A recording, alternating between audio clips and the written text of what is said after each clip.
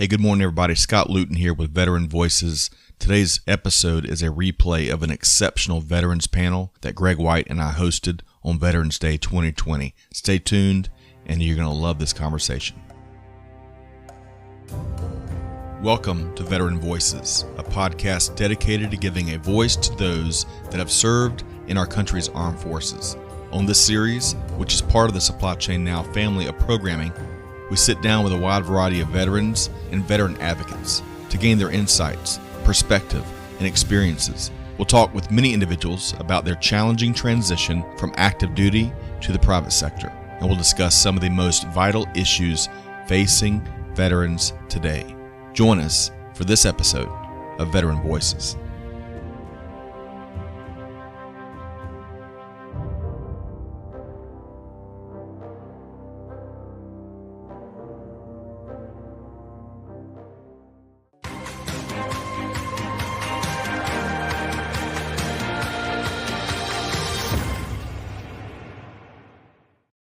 Hey, good afternoon. Scott Luton, Greg White.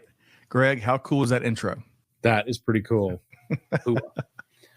Tip of the hat to our friend Bradley. Did a great job. And of course, Clay always does a great job. But hey, to our listeners and our audience, welcome to today's very special edition, Supply Chain Live.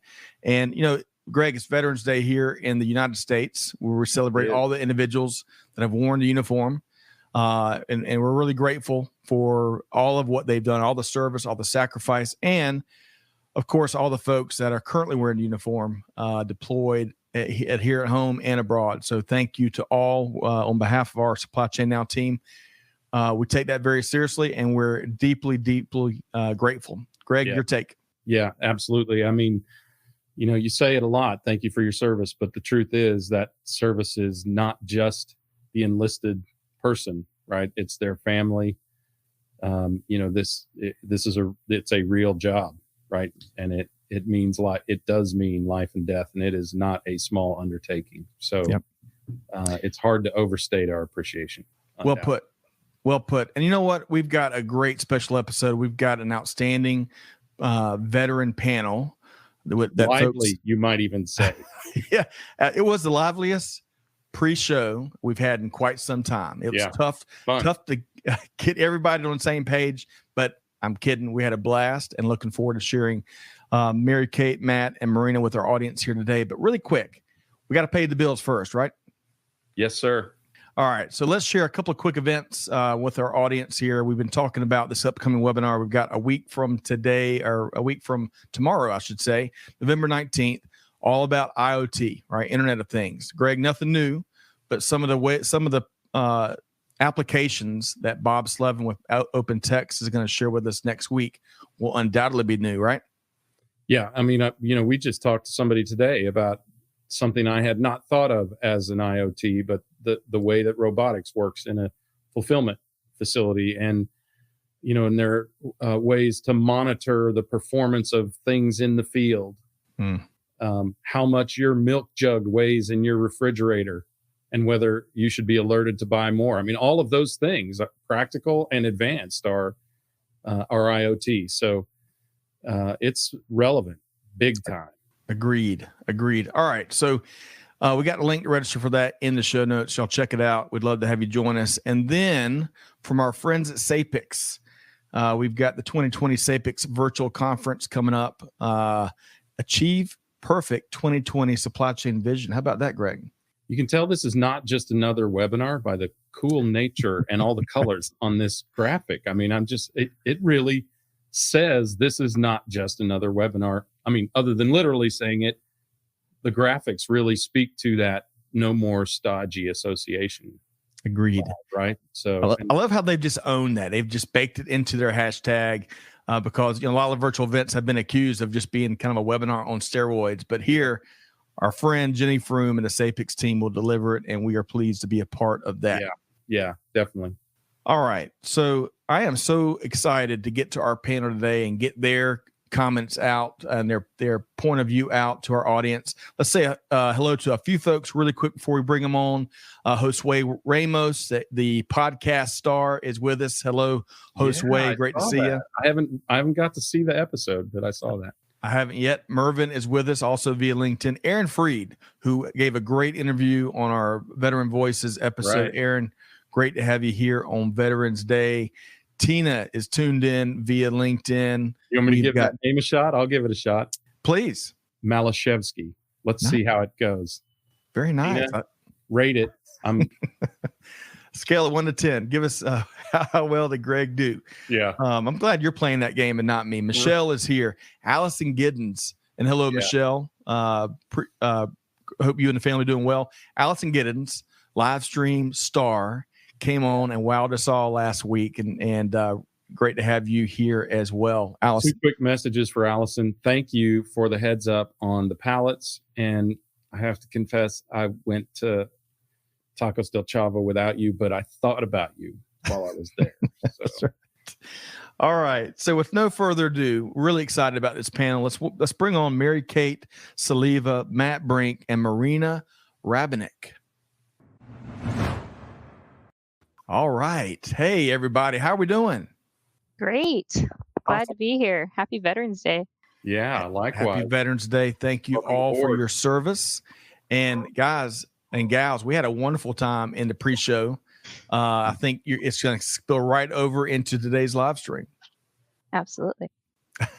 Yeah. So I have to ask you this. Have you ever been swooshed in to anything before? Huh? No. That was the smoothest swoosh in ever. Yeah. It's almost like formation somewhere. we gotta take Mary Kate's testimonial there, Clay and Amanda. We got to use that. So thanks so much. Appreciate again y'all's time today. I know y'all stay really busy, all volunteer leaders with an organization on the move called Vets2Industry, which we'll learn a little bit more about through the hour. But all right, so jam-packed. So Greg, before we dive in deeper and talk a variety of veteran issues, let's get to know our panel a little bit better. We've had the ability to do that kind of in the lead up to today's live stream and then in the pre-show. So let's start with Marina Rabinek. Let's tell us about yourself, kind of those 2 hand gestures you were talking about, the professional, yes, and the human element. So yes. Tell us a little about yourself. So that's funny that you chose me because we were like rock, paper, scissors, ring. Who was going to go first? Who won? Well, I thought it was going to be Matthew, but I really thought. So I have been in the Navy now for 23 years and 9 months. She says with a question mark on the end. Yes, I have about 109 days left in the military. Wow. And so what I'm doing currently is I am actually participating in something called a DoD Skill Bridge. It is an internship that the Department of Defense helps to set up for you. And I'm doing that with a company called Resilience Building Leader Program. They do leadership certifications. And so that is what I'm doing now on top of, being VP of marketing for Vets2Industry with my second, who is right there. The awesome Mary Kate. So Marina, shame on me. I should have done more homework. You're currently still in the Navy. I missed that completely. My apologies. 9 days left, but I'm so close. I'm not, final stretch. So, just to be clear, Marina, then your internship, is it vice president of merchandising for this organization? No. The VP of marketing is a volunteer thing, not paid.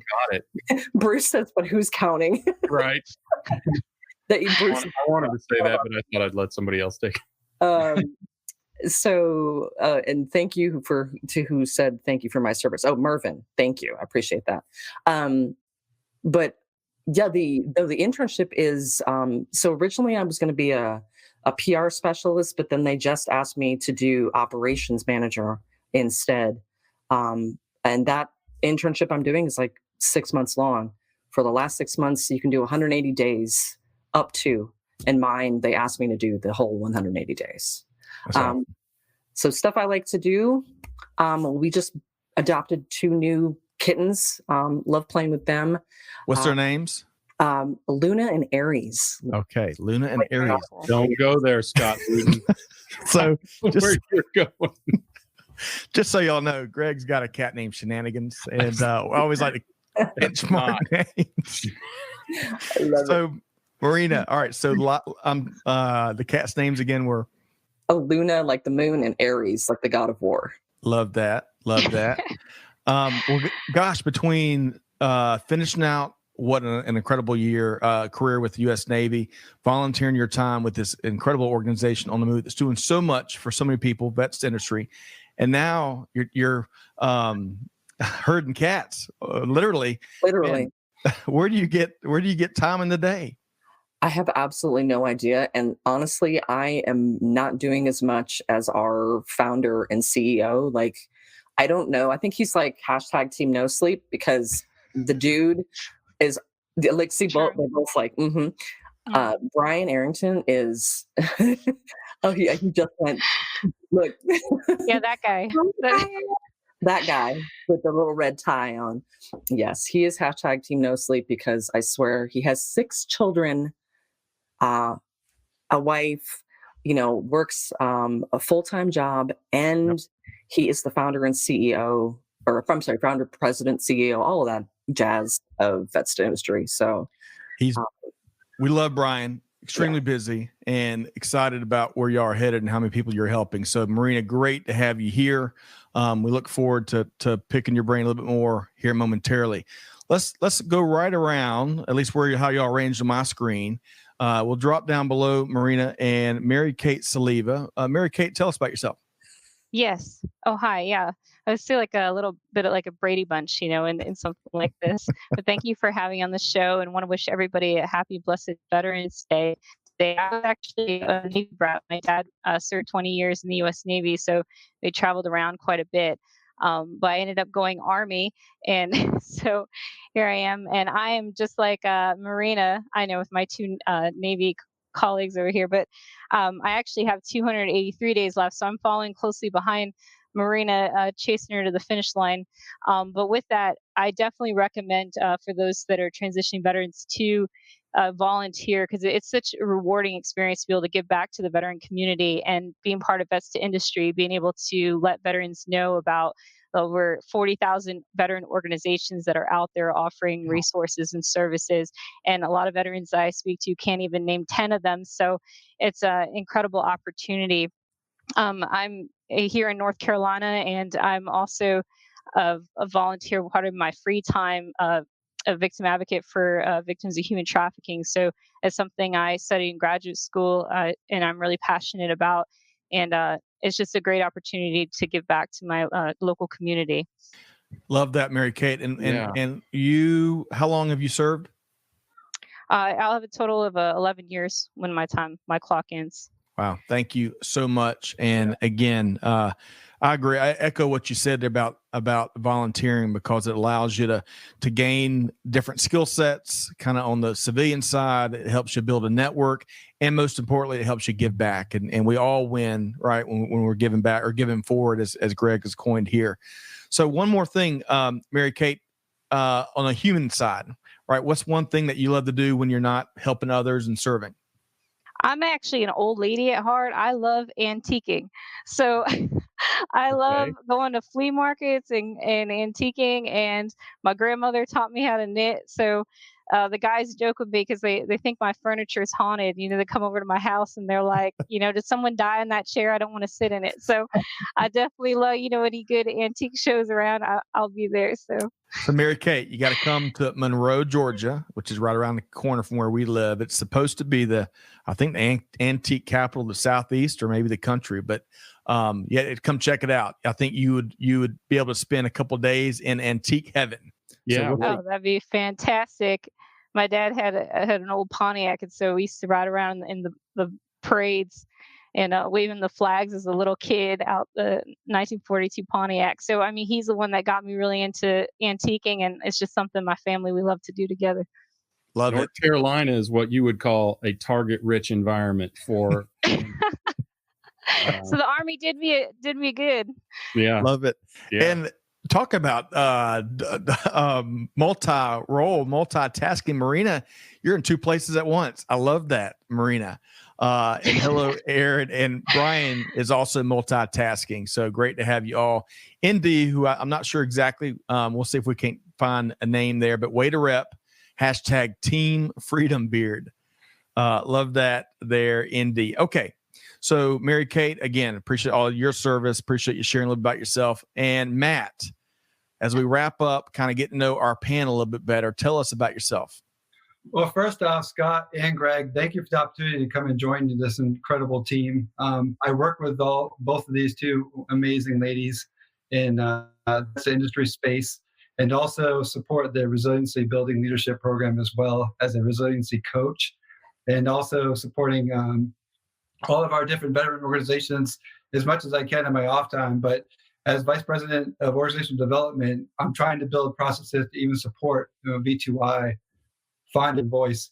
In the military, I've been serving now for 26 years. And it's a little kind of a very unique story, because I started off as enlisted and I worked my way up through the ranks of 14 different promotions, and found myself going from, the senior enlisted rank to now an officer. And I was about 3 weeks ago finding out that I'm about to either transition out of the military and start figuring out what I'm going to do next, which I'll get into later. But recently, last week, found out that I get to stay for another 4 years at least and reach my 30-year mark. So I'm really excited about it. It's a great opportunity to not only share what I've learned in the last 8 months of networking, which I believe is 100% what we all need to be doing. It's what we're doing today. But also for all the people that are still in the uniform, don't get discouraged. We are here to help. And the amount of voices and support out there is absolutely incredible. So that's why I wanted to do this today and share my knowledge with everybody. Thank you, Matt. Yeah. 20, gosh, congrats. I mean, I wish I could reach out and hug all three of y'all, because the amount of service and sacrifices that you and your families have made, it means so much. So really appreciate y'all's time here today. All right. So Matt, before we go back around the horn and find out in a small nutshell what everybody does, what's one thing about Matt Brink that maybe some folks may not know? The biggest thing about me is I have been an introvert almost my entire life, basically keeping to my bubble, keeping to my family. And for the last 8 months, it took me 26 years to join the LinkedIn community. And the folks that have been joining me and connecting with me on LinkedIn have been astounded by the fact that I've been an introvert, and that I've been about taking care of my sailors and taking care of my folks and my family. But now they're realizing that I have a voice too. So I'm very, very passionate about helping others and being a father of 2 amazing little children, and one of them being a 4-year-old who's keeping me young every day. So that's right there. And I can't wait to get him out on the golf course and show him that that's how you don't slice the ball. Hey, share that with me too. I'll pay for that secret of life. All right. So Greg, I want to get you in just for a couple of quick comments before we go back around the horn, and then we're going to pose some questions. But what do you say? The three folks have spent so much of their life giving back and serving our country. You know what I say is somehow they look really young for the amount of years they've all served. So I'm not kidding. It's hard to believe. So I don't know who's connected to U.S. military marketing, but military too young. Right. That's a great comment. Hey, all right. So really quick, because we want to pick your brains on some veterans issues and topics and subject matter that veterans and non-veterans alike are really curious about. So, but before we do that, and Marina, we're gonna circle back around to you. What are you doing now? You shared a little bit about the program you're in, shared a little bit else, but what are you doing for Vets2Industry? So what I'm doing now is VP of marketing. So with that, it's a lot of, telling everybody about the events that are going on, making sure that we're, getting our name out there, having people come to our events. We have one coming up here on the 14th of November. It's our 11th Vets2Industry virtual networking circuit event. very long name. But you can find it on Eventbrite. You just do online events and do a search, and then you can find it right there. It's and you can follow us on Eventbrite so that they pop up whenever, because we do them every 3 weeks. So after the 14th, it's going to be December 5th, but then we're going to take a break. And then the next one after that's going to be the 9th of January. Okay. We'll see if Amanda and Clay can find it and maybe drop the link in the comments. Oh, absolutely. Yeah, you can definitely grab it off of Eventbrite. Or when I'm not talking, I can find it for you. Actually, I'd like to see you do it while you're talking. Yes. Greg, I'll pull out the head swivel and I will do it. No. So VP of Marketing with Vets2Industry, lots of events, resources coming up. We've got the link to Vets2Industry in the show notes so folks can find it, and we're going to share that also as we wrap up here today. Mary Kate, moving right along, and I know everyone's got a lot to share. I'm going to try to get all y'all to weigh in and then get to some of the questions we want to pose you. Mary Kate, what are you doing right now? Okay, so for Vets2Industry, I'm the Senior Executive Director of Marketing. So essentially, with Marina, I'm on the marketing team. I'm spearheading the monthly newsletter. So we're always looking for writers and content to give advice and tips for transitioning veterans. And that doesn't have to be veterans that are currently serving. If you're a military spouse or a caregiver, if you are out of service and you're transitioning, because we go through different transitions throughout life, and you want to know about those resources and you need help, you can definitely reach out to us. And I'm happy to get your content in the newsletter to share out to our veterans and their families. Outstanding. Thanks so much, Mary Kate. And Matt, before we get you to weigh in, you've got a fellow, Josue says he is an extremely strong introvert. Also, Matt, although I'm young, I also started just a few months ago on LinkedIn. So birds of a feather for sure. All right. So Matt, what are you doing right now? So for Vets2Industry, I'm the Vice President of Organizational Development. And a reason why I wanted to choose that is because what I do in the military is I help process improvement at the level that I work at. So what that means is you go into an organization and you find ways to do things better. And Vets2Industry is an incredible organization with a lot of talented people. So my job is basically just to kind of harness everybody's talents and try to figure out how we can do things better. And that's all by teamwork, which is what I deliver every single day in my military profession. So why not take that into the civilian community and help out veteran organizations like V2I? And so I support Brian Arrington and Randy Ricones and Bruce Thompson and the triad of and Brian Shue and those folks that really start figuring out how can we get this to the next level. So more of like a QA role as well. Love it. So much here, Greg, to kind of peel layers back. But I know we've got some questions that we've gotten from members of our community, right?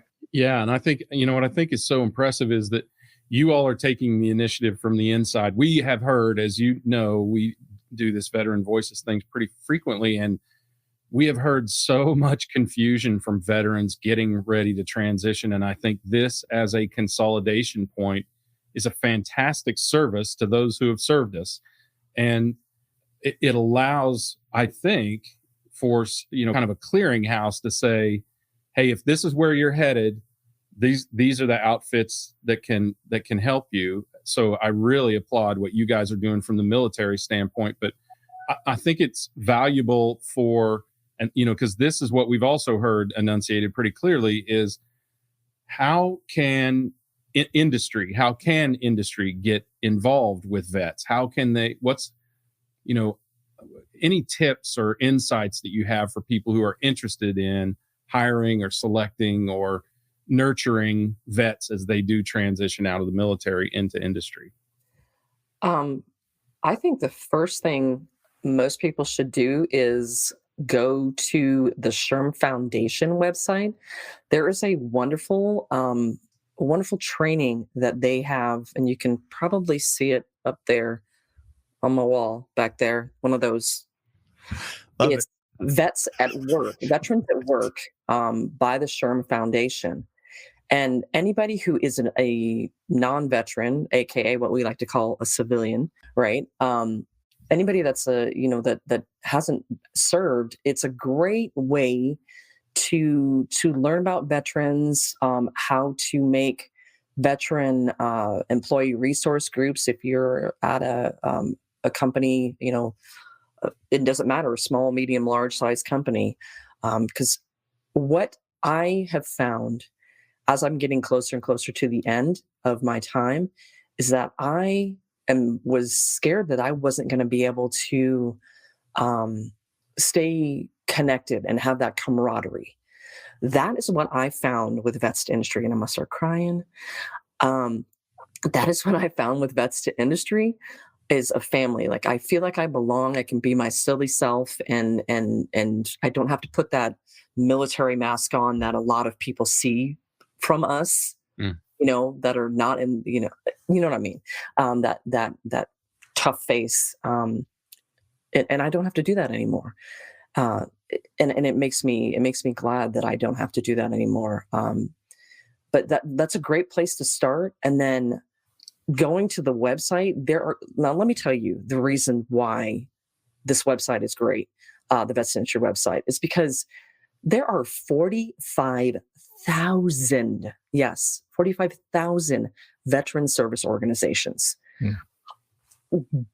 Okay, my brain, when I heard that number, was like, seriously? Like, seriously? Like 1, 2, I can't.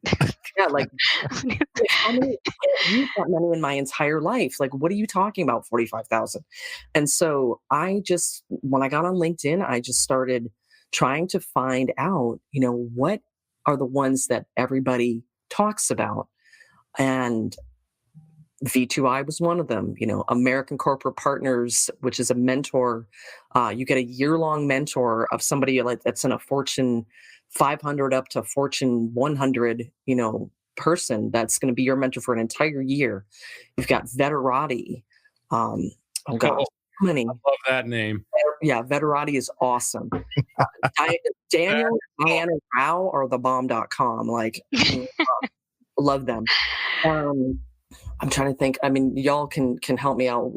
Commit Foundation, the Leader Transition Institute. I mean, I could go on and on and on and on, and I won't, though, because I'm going to let Mary talk. All right.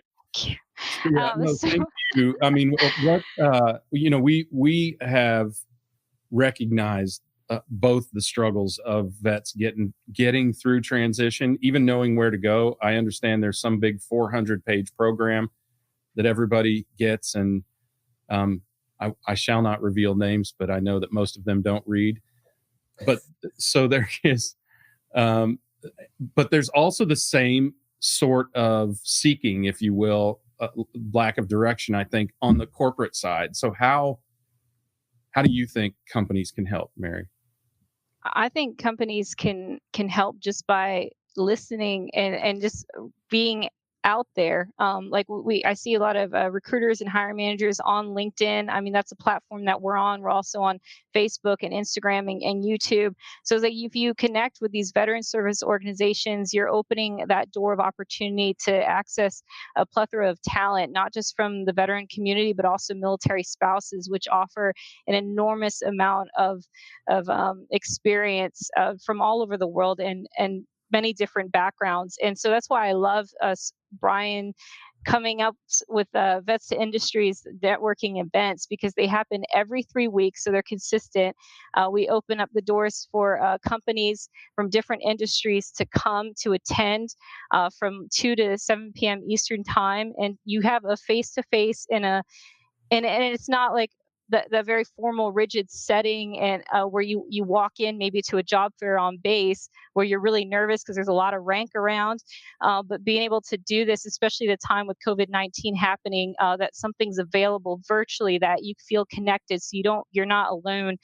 Knowing that these industries we are opening the door to these industries. They just only have to reach out and ask, and they're welcome to come and attend. And again, if there are veteran service organizations out there and they are not on the website, they can reach out to one of us. We can get them with our research team and get them on the Vets2Industry website, because we want them out there. Awesome. Hey, Greg, let me interject really quick, share a couple of comments. Josue says, after 20 years in the Army, my uncle started trucking like many veterans do, and the amount of values he has carried on from the military is amazing.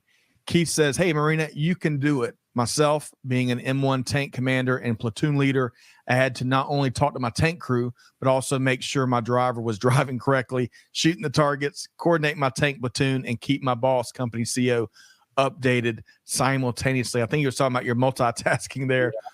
And one final comment, Greg, before we keep driving. Clay has dropped, Marina, I think you referenced the SHRM. He dropped that in the notes. Thank you, Clay. All right, Greg, all yours.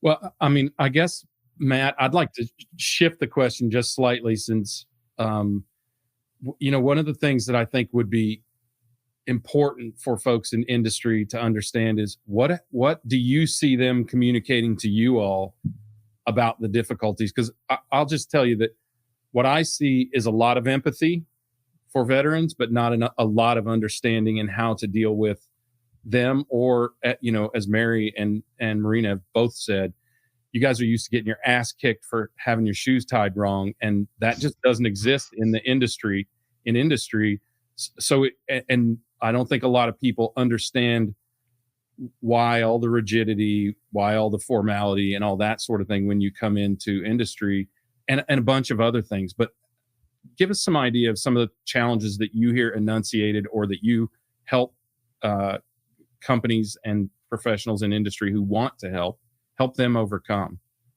That's a good question, Greg. One of the things that I've learned through the last 8 months of really seriously strong networking is when you start talking to the hiring managers and the transition specialists and the talent acquisition specialists, you start to realize that they have a military affairs program in these companies. And a lot of folks that do these kind of things, they're ones that wore the uniform before you. So they understand the lingo. They understand where to translate your resume.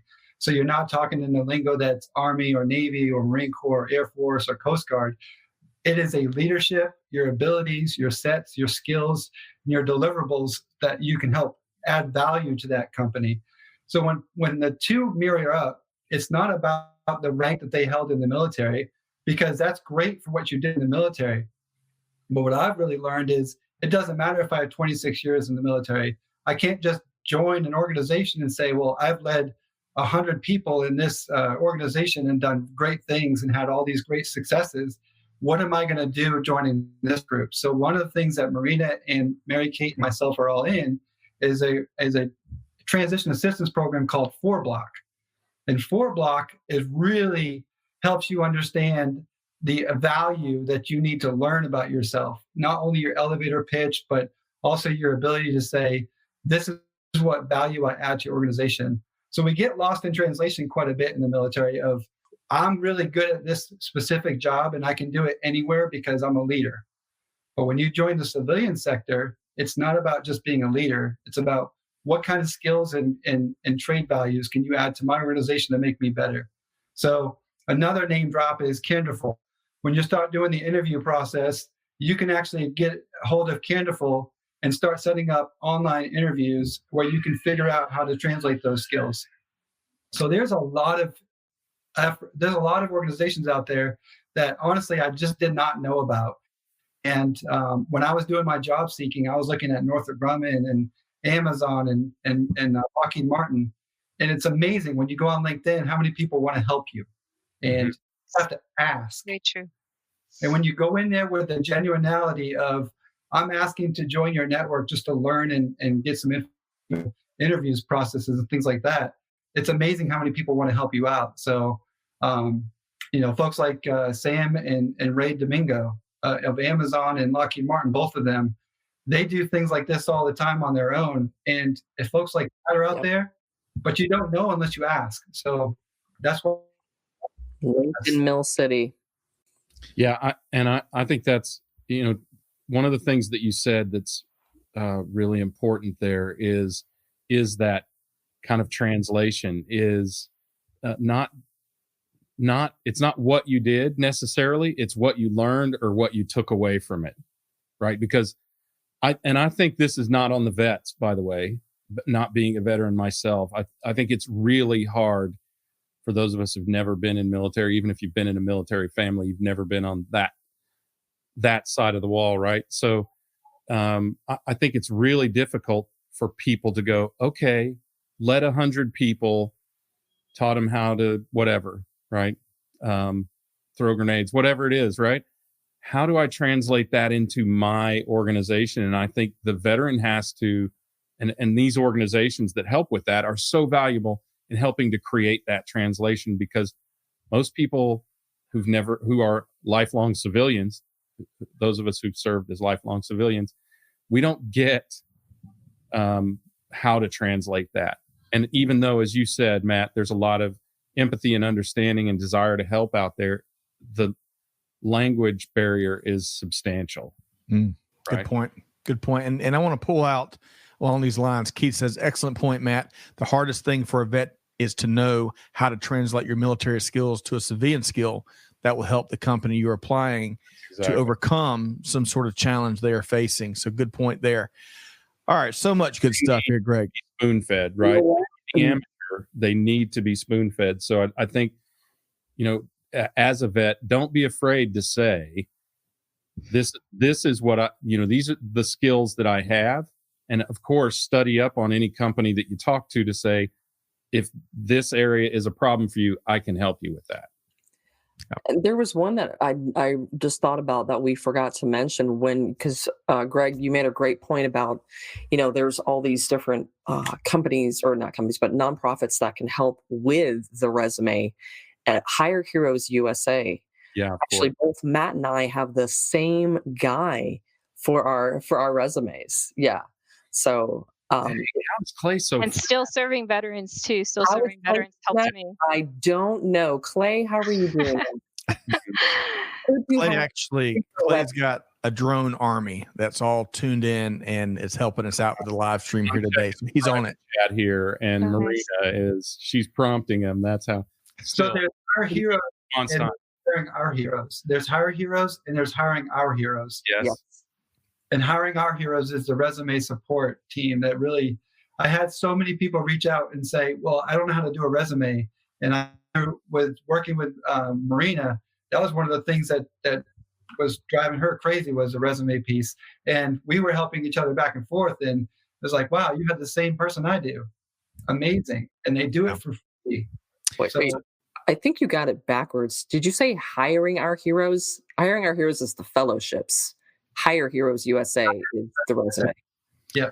So I want to share this. I know there's so many resources out here, and Greg's going to do another loop through the panel to get some best practices for transitioning and beyond the resources and kind of moving up. But Aaron, who again we just interviewed and published it last Saturday, says Keith Duckworth, truth, translating military achievements into civilian terminology, huge challenge. Staying focused on results versus actions was helpful. Money saved, KPIs improved, etc. Pretty universal. Yep. And Aaron goes on to share in his interview a lot of great information, such as once you complete your resume, doesn't mean you've crossed the finish line. It's got to be a living and breathing document. And as you add achievements, right away add it in there and constantly look for ways of how you can optimize it. So great points there from Aaron. Clay also says Vetlanta here if you're in Metro Atlanta. Yeah. Vetlanta is a city shining city on the hill for how an organization that doesn't take any money serves and gives back our veteran community by mixing the private sector in with veterans and other veteran services groups. So Clay, good call out there. Yeah. All right, Greg, let's veterans too. That was one that Bruce Thompson just called out, was still serving veterans. They also serving veterans. Yeah, there we go. See, Brian. They helped me. Still serving veterans was the resource I used. Great help. Eric Brew, awesome. The whole team. Fantastic. And one final note, Greg, before I promise I'm gonna turn it back over to you, but one final note for our audience that may be trying to really quickly capture this URL and this name here and this organization here. The beautiful thing that this whole team here has done is give it a clearinghouse, Vets2Industry. You're going to find all of these links there, helpful tidbits. These are vetted organizations that are there to help veterans and their families and military spouses, you name it. So wonderful resource. All right. So Greg, let's keep driving with our discussion here today. Yeah, and I'd like to loop back to just one thing, Matt. I think you mentioned an organization that helps with mock interviews. Can you repeat the name of that organization? It's Canderful, and I'm pretty sure Marina's typing it right now. I know that whenever she goes on mute, she is also typing at the same time. So. While she's doing that, Matt, I've got a couple other questions for you. I want to do this kind of twofold and rapid fire, if you will. But for veterans in transition, other than these organizations, I'd love for each of you to talk about any tips that particularly helped you. I mean, any kind of epiphanal moments or breakthroughs that really helped you. And also maybe any insights you have for civilians, or that you gained from civilians, or you feel like either helped you or helped them, to kind of bridge that gap, bridge that language barrier. Matt, you want to start with that? I'll start off with the tips part of that, Greg. And the biggest tip I'm going to say is break out of your shell. Be available to be vulnerable. What I mean by that is don't think that you're going to make a mistake or that you are stuck in your own ways. If you want to grow, you've got to be able to be vulnerable and let people help you. If you don't ask, people can't help you. And for me, that was really, really difficult. And also be able to take constructive feedback. And it may not be the best feedback that you want to hear. For example, when you join LinkedIn, if you go in there with a military photo, a bad background, your brand isn't known, there's a few people on there that will sit there and tell you you need to fix something, but they're not doing it to hurt you. They're doing it to help you. So my biggest is to be accepting of support that are coming from all different directions.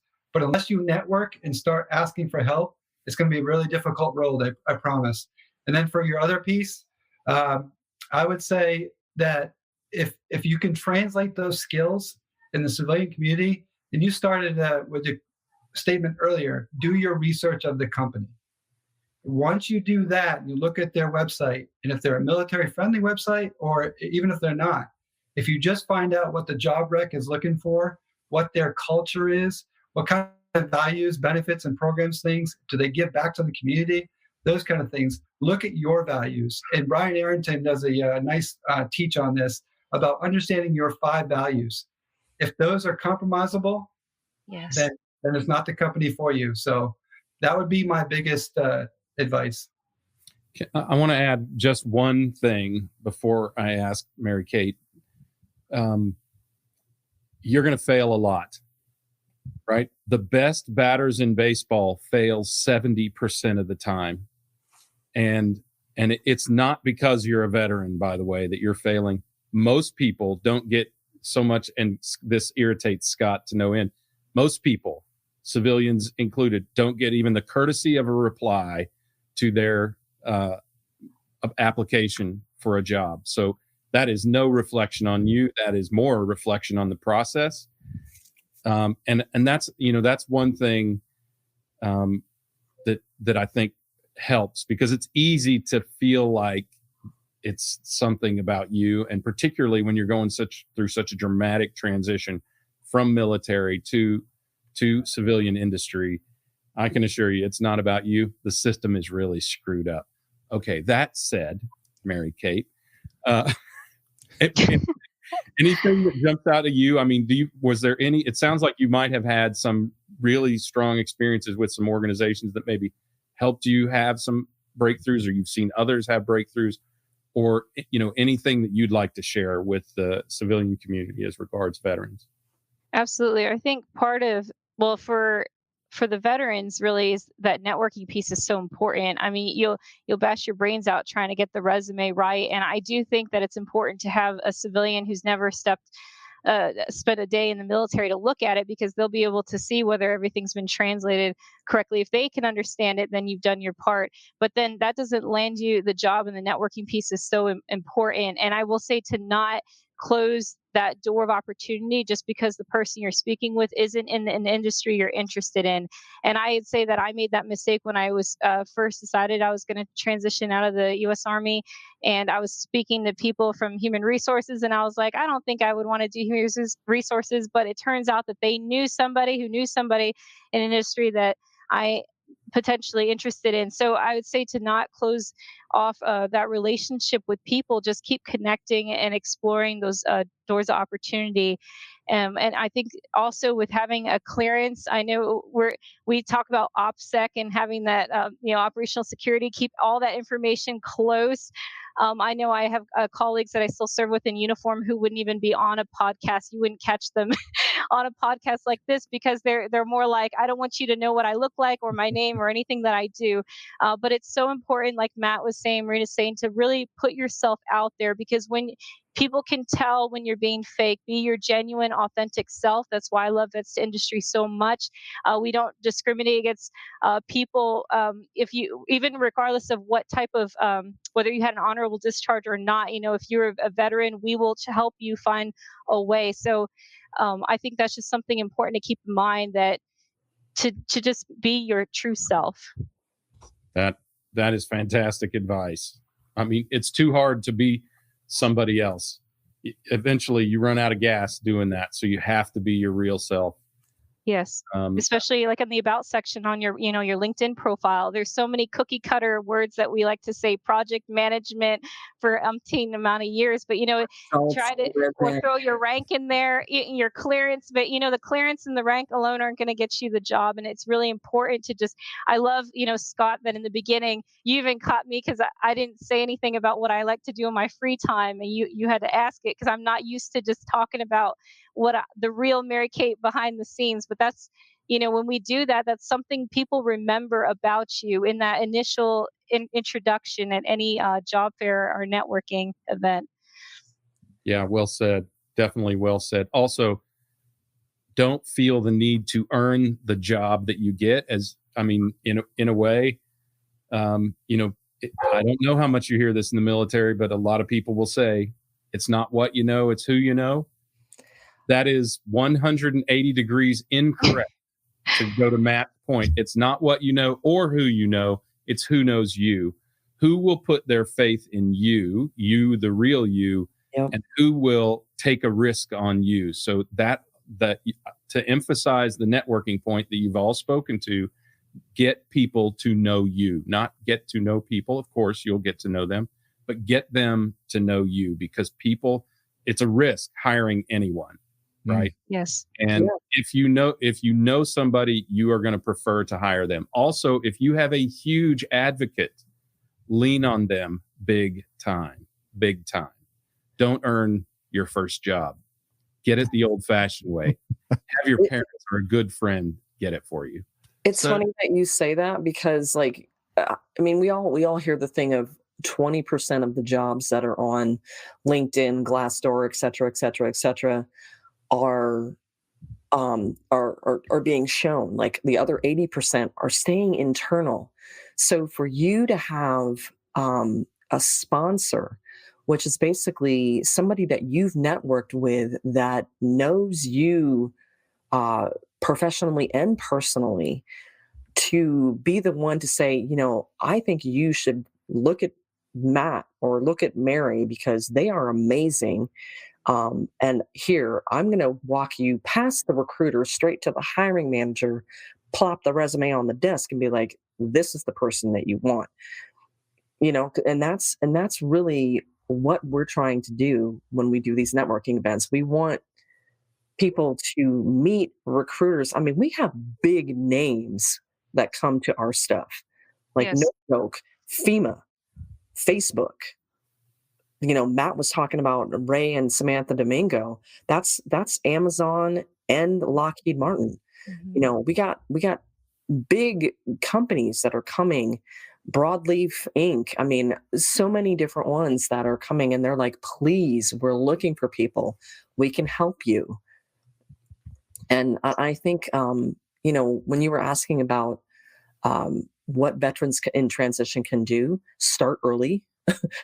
Start everything early. I mean, when I say early, I don't mean like a year. I mean, start looking 2 to 3 years. Start your LinkedIn that early, start looking at the companies. I mean, obviously you can't apply till like 90 days out, but start researching these companies and finding out who aligns with your values, like, Matt and Mary were saying. Yep. ways to work their way up. Show your value to the company. The thing about military people is we thrive in situations where other people might, get a little about it, right? We thrive on that. We've been doing it for, however many years, and we can navigate our way through things like that. And by showing that you can do that, especially in this COVID pandemic world, that you can navigate that kind of craziness, that's showing amazing value to company that you're wanting to work with. Yep. And then the other question that you were asking about the non-veterans, the challenges of the veteran community. I'm going to say. So hang on one second, Marina, because I want to make sure our audience is there with you. Yeah. Because I really want y'all to speak, if you would, with this last question. Mm-hmm. To all the non-veterans that listen. Our audience is at the core. It's global supply chain, right? It's folks in the trenches doing it. It's folks managing. It's folks leading organizations. And while a lot of folks in supply chain are veterans, it's just a marriage, a match made in heaven. However, of course, there's also plenty of non-veterans, and I really want to use this last segment to speak and share with what non-veterans really need to understand about some of the challenges that are very unique to the veteran industry. And so with that with teeing it up that way, Marina, with that said, speak to our non-veteran audience members. Well, I guess the first thing to say is not every veteran has PTSD. There's that huge stigma about that, about every single veteran that comes out of the military, and that's not the case. It really isn't. And if they do, it's not something to be scared of. We work with a veteran almost every day who has PTSD, and he's a madman, but in a good way. And he has turned that to a positive. Really, he has. His outlet is thrash metal music, and he brings it every day to work. Yeah. He's one of my favorite people, and he has applied that dogma, that endless energy, that structure. Whatever. Just the mere fact that he survived, he applies that every single day. Yeah. So I agree that it is absolutely not something to be afraid of. It's something you need to be aware of, but not afraid of. And then the other thing is acronyms. Be kind with us. Be kind with us, because we're going to have to forget acronyms and learn new ones. Because obviously, whatever you're going into, like for supply chain, you've got all kinds of different stuff that I don't know because I'm not in logistics. But there's all those different. But most people in logistics don't know them either, Marina. So, yeah. And there's so many different new acronyms in whatever job. Oh, thank you, Aaron. I appreciate that. Yeah, I'm really glad that he liked what I was saying. But I have actually a super funny story, and I'll be very quick. In the Navy, there was this job that is called the Education Services Officer. Okay, I was that for one of the naval bases, and what's funny is that there is also in the same building that I work in somebody else who is also an ESO, because we have acronym. Okay, he is the Explosives Safety Officer. A little bit different, right? Just a slight bit. And I would see people come to my office and they'd be like, hey, I need to talk to the ESO. And I would look at them and I would see that they had a baseball cap on, like from the ship. And I'm like, you don't need me. You're looking for the explosive safety person, aren't you? They're like, yeah, that's not you. No, sweetie, no, that's not me. So, yeah. Hey, well, it's so your story points out just how explosive the wrong assumption might be. Sorry, I had to put that dad joke in there. But we love our acronyms. Yeah, we love our acronyms. We love it in the military, just like we love it in supply chain. And to your point, Marina, we can't assume that everyone's tracking with us. We don't do a great job, but we try, Greg. But in all of our interviews, when someone shares an acronym that a portion of our audience may not get, veteran or otherwise, we try to say, okay, time out. Share what that means for folks that may not know. A lot of times it's me. So great comment, Marina. So much good stuff you shared there. Mary Kate, how about you? Speak to our non-veteran audience members and what should they know? Yes, I think one thing, what Marina said, I think was like the cream of the crop misconception about veterans. But it's another one is the fact of moving so much. It was the military that moved us. That wasn't something that to think that hiring us that we're going to up and move again, that we're not able to be stable and to stay in one place. I know it's a misconception for military spouses as well, that they're just going to up and leave. But it's now a choice for us while we're in service. All the time. So it's just something that's important to know when we get out.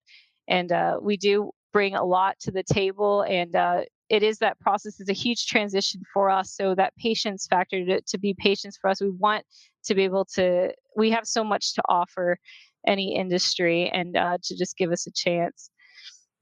Love that. Fair shake. And you're absolutely right. Veterans bring so much. I mean, Greg, three folks here. Can you imagine mountains that these three folks could move, working together and what they bring to the table? So, and hopefully, my hunch is that you're really illustrating and reconfirming that as if it needed, it shouldn't need to be said, but you're absolutely right, Mary Kate. All right, Matt, what would you share with non-veteran members of our audience? So the biggest thing I would share is that we all came from the same place. We all were raised by a family. We're all figuring out what we're going to do as we grew up. And the difference was we decided to take the military uniform on. And so what we've learned throughout our military career is being resilient and being adaptable. So you can put us in any situation, much like what Marina was talking about earlier. When you take a veteran on, you know that they've got leadership behind them. They've got ability to handle a situation that maybe chaos, like we thrive in chaos, like Marina was saying earlier, but we also have your back. So if you give a task out and you say, this is a deadline, this needs to get done, with us, we're going to have that deadline met, either exceeding expectations or at least with questions. We're not going to leave it where we don't get the task done because we don't know what to do. We're going to ask. And that's what it's all about. Like I said earlier, when I started off, I started off as an E1 and now I'm a much different level. But when I started off, I was just asking questions left and right. And through all the different years, I've learned to be able to adapt to every single situation, every job, every military leader.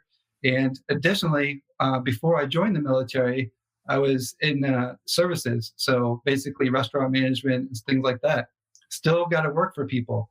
So just understand that we bring to the table the ability to adapt to every situation. Love that. And I love the fact that one of the things you shared there is it's okay not to have all the answers. It's empowering oftentimes not to have all the answers. And going back to what you shared that I'm going to completely steal from you, Matt, is be available to be vulnerable.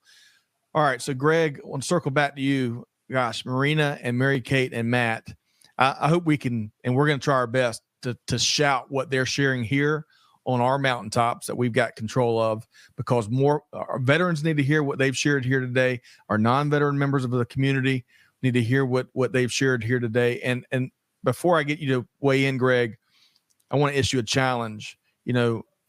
Thanking veterans for their service, that's highly appreciated, but it's not enough. Take action.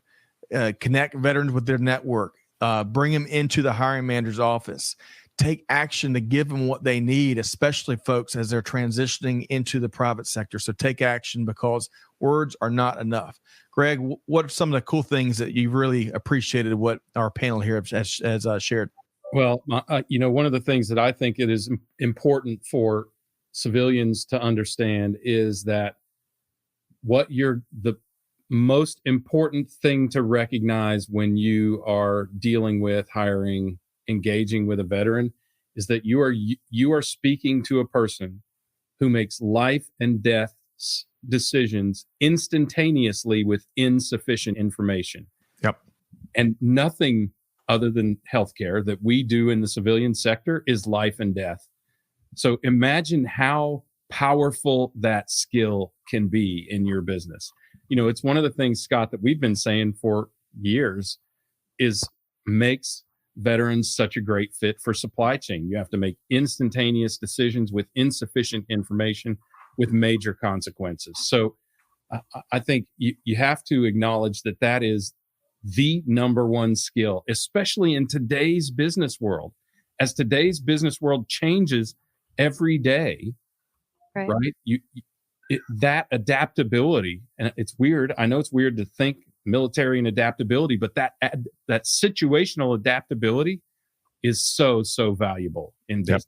And that diversity and inclusion too, Greg. It's like with us, like we're forced, even from day one at basic training, we're forced to work with people from all different backgrounds, or different parts of the country. We got people from that aren't even, they were raised outside of the United States. Right. And we have to learn to work together. And I think that's really something that's makes the military just a completely different environment, learning how to work as a team together despite our diversity. That's a really great, and and another thing that I think I've encouraged civilian organizations to think about military people as a diversity group, right? You don't have to separate. If you have a diversity and inclusion program, look, imagine this is somebody who has learned to live their life different than you have for whatever reason, right? Yes. And if you think about it from that perspective and less about from this is a military perspective, it helps. It has helped me, frankly. It helps to engage that empathy as you would for a person of color or someone who leads a different lifestyle or whatever. A foreign, someone who speaks a different language or whatever diversity group that you're thinking of. It really helps to think of it from that perspective as well. Yes, but it takes bridge builders, right? It takes those first early adopters that are willing to reach out, include people in conversations, including people in after work socials or whatever, making them feel comfortable, right? Because as Greg, I can't remember who came on and talked with us, because diversity probably gets more airplay and lip service than inclusivity, and that's a shame. But they were speaking to how a lot of companies may get it right when it comes to diversity, but really making folks from all walks of life really feel like they're part of the team. That's what we can all get better in that probably. All right. So Mary Kate, clearly several members of our team love your phrase. I'm gonna share it again. Your network is your net worth. So true. Marina. I'm sorry. I said Mary Kate. Sorry, Marina. Love that. You got to keep networking, got to keep connecting. You never know what's right around the corner. A great network's never a bad thing. Good point there. I want to, so this is coming out of right field maybe, and I'm hoping I can share Bruce's comment here. Y'all don't kick me on the table. Yeah, kick Bruce. All three of these individuals will be available for employment opportunities soon. Reach out to them and see more about what they can bring to your organization. The talent is there. I completely agree, Bruce. The talent clearly is there. Hey, man. So let's do this. I think, Greg, we could easily go an extra hour, and we're going to go over a little bit already. But let's make sure that folks can connect and know how to connect with each of our guests here today. And let's start with you, Marina. How can folks connect with you and Vets2Industry? How can they connect with me? So email address wise, it is my first dot my last name at vets2industry.com. Otherwise, you could also send an email to events or even marketing at vets2industry.com. We check, myself and Mary Kate, we check both of those religiously. I'm also on LinkedIn. I think Clay had put our LinkedIn. Oh, hello. There we go. That's me. Thank you, Clay. Oh, wow. I'm a ticker tape on the bottom of the screen. I've never seen that before. There we go. How's that? That's so cool. Yeah, I'm on LinkedIn. I just joined back on Facebook recently after a sabbatical of quite a long time.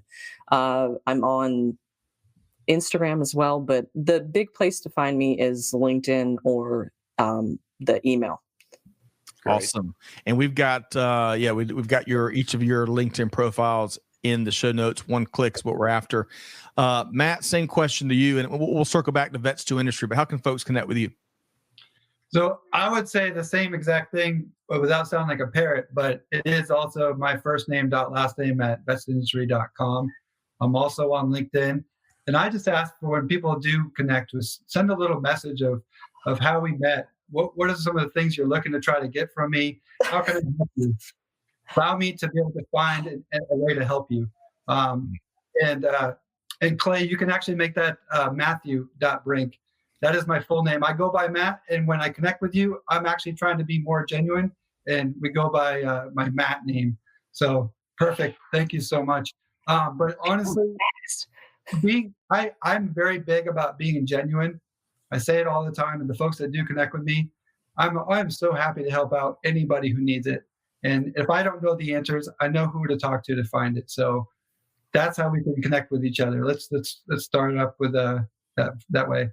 Matt, well said. Really appreciate your perspective there. And Clay, great. Quick on the fingers there on the keyboard. Thanks so much. Mary Kate, same question. How can folks connect with you? Yes, so I'm at mary.soliva at vets2industry.com. Mary Kate's, again, to be personal, my nickname, John Wayne's movie, The Quiet Man. It's my dad got it there besides being named after my aunt. So anyways, you can reach me at that email, or also LinkedIn is a great way to reach me as well. I'm happy to help. I know I'm not out completely, but I do know a plethora of veterans that are already out, has successfully transitioned, and I've learned so much just in this process. I can help you. We can have a conversation, talk about the other veteran service organizations that are out there. There's so much that you should not have to pay for because there are people out there that want to help you, both military and civilian. And also, as far as the LinkedIn, just consider about geographically where you want to go. I know a lot of veterans just say, I want to be in human resources. I want to do logistics, but it's like what part of the country that matters too. So I can help connect you with somebody that's in that area where you want to go and where your family plans to go locate. So you can get that face-to-face engagement. So. Love it. And Greg, while we still have our panel here, I do want to share this once again, vets2industry.com. And I want to call out one thing in particular, because while, of course, we set this day aside to honor our veterans, and again, we need to take action. It's deeds, not words. However, look in the paragraph here that they've got on the front page. We gotta keep our spouses in mind, military spouses in mind. We've got to keep our Guard and Reserve in mind. We got to keep those veteran military families, the dependents, our Blue Star, Gold Star families, you name it, the caregivers that often get overlooked. We got to really make sure we're not leaving anyone behind from these families that have given so much to serve and sacrifice for our country. So with that said, I can't tell y'all enough how honored we are to have you with us here, and how thankful we are for what you and your families have given to our country, and however we can help. But you are giving our country while you're giving so much back to the veteran community. It makes you feel like we just don't do enough. Y'all set a high bar, and we're so grateful for it. So really appreciate it. Mary Kate Soliva, Matt Brink, Marina Rabinek, thanks so much for spending a portion of your Veterans Day with us. And Greg, before we swoosh them out, your final word with this incredible panel. I'm just incredibly thankful. This is one of my favorite days. November 11th is always one of my favorite days. And I'm just incredibly thankful for everyone who serves and their families, and the families who let them or make them go. That's an important part of the entire ecosystem. Look, whether you're fighting or you're freeing, you're representing America, and you're doing it so well. I mean, so many people overseas and in the States, and where they want to be, and where and far from where they'd want to be, it's not a difficult. I mean, it's not an easy job. It's the most important job in our country, I think, and it's just so very appreciated. I hope I'm adequately representing that thankfulness of the civilian community, but know that it's there. Yeah, well said. All right, so big thanks to the whole panel. We look forward to reconnecting soon. Make sure our audience, we'll make sure you've got that Vets2Industry link right there in the show notes. Thanks so much, Mary Kate, Matt, and thank Marina. you, veterans. We'll talk to you soon. Thanks so much. Thank you, everybody. Happy Veterans Day. Honor is all here. Thank you so much. We're thankful. All right. Wow. It's a little dusty in here, isn't it? There's so much more of that conversation needs to go on, needs to be heard, that they need to, that we need to amplify. And, our team, I'm really proud of just how important it is in terms of how we act and what we share and what we invest in our veteran community, because there's so much that we all can learn from these folks that are wearing a uniform, are serving the country while they're juggling 20 other things and doing it all spectacularly well. So, Greg? Yeah, well, I think there's so much that people, civilian organizations want to help veterans earn, right? And I think this as a bridge organization to prepare veterans and to help prepare civilian organizations to embrace and engage and uplift veterans is so important. And look at Marina's comment. It's so important and so deserved. And it's not perfect, and there's still a disconnect there, but I feel like we're closing the gap, right? I feel like the intention, as you said, words or deeds, not words, the action is there. And with that action and with that intention, we will close that gap. And I just hope that, as these events are useful to veterans, that there are some breakthrough aha moments for people in industry to go, I never thought about it that way. Yep. That would change the way in which we could make our engagement with veterans more successful. I just hope that this creates some small measure of progress towards closing that gap.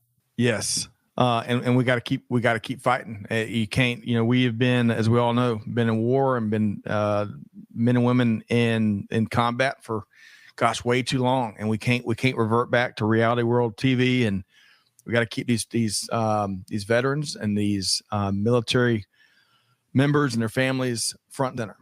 And one day is not enough, but deeds, not words. On that note, if y'all enjoyed this conversation as much as Greg and I have, and I'm sure Amanda and Clay have, we dedicate a podcast series, which that's not enough, but you give from what you have. I've always thought, and we interview some of the brightest people that have given so much on this series. So y'all check it out, including Brian Arrington. And episode 16 featured Brian and his story, his transition, how he founded Vets2Industry. He weighs in on some of the issues of the day that we've got to talk about addressing. And I would invite all of our listeners to check out that episode and give veteran voices a kick the tires on maybe yet one more podcast series. But these are voices that absolutely need to be heard, and it's an honor to be able to facilitate their POV with members of our audience.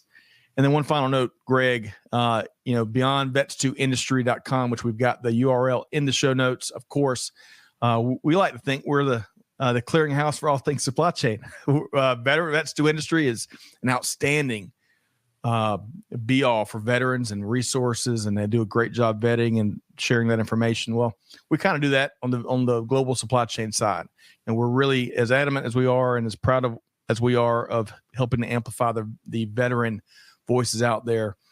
the supply chain practitioner voice is important to us as well. And that's a mission we take very seriously. So supplychainnow.com there.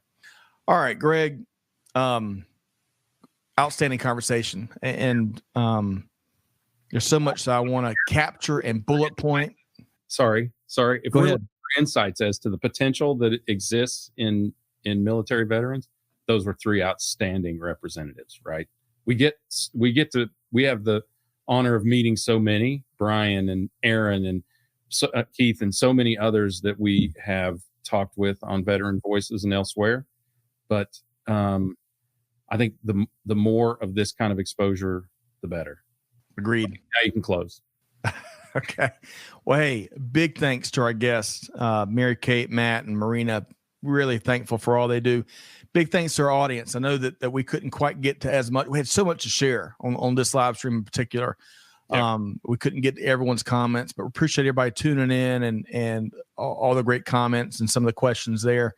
To our veterans, we can't thank you enough. And again, deeds, not words. To our non-veteran listenership, hey, find new ways of serving our veteran community. There's so much to be done. And Greg, honored to be a part of conversations like this with you and with the team here, Amanda and Clay. And with that team in mind, we're going to sign off at this point. But hey, not without the challenge. Do good, give forward, and be the change that's needed. Be like Mary Kate, Matt, and Marina, and action. Strong bias for action-focused leadership. That's where it's at. And with all that said, we'll see you next time here on Supply Chain Now. Hey, thanks everybody.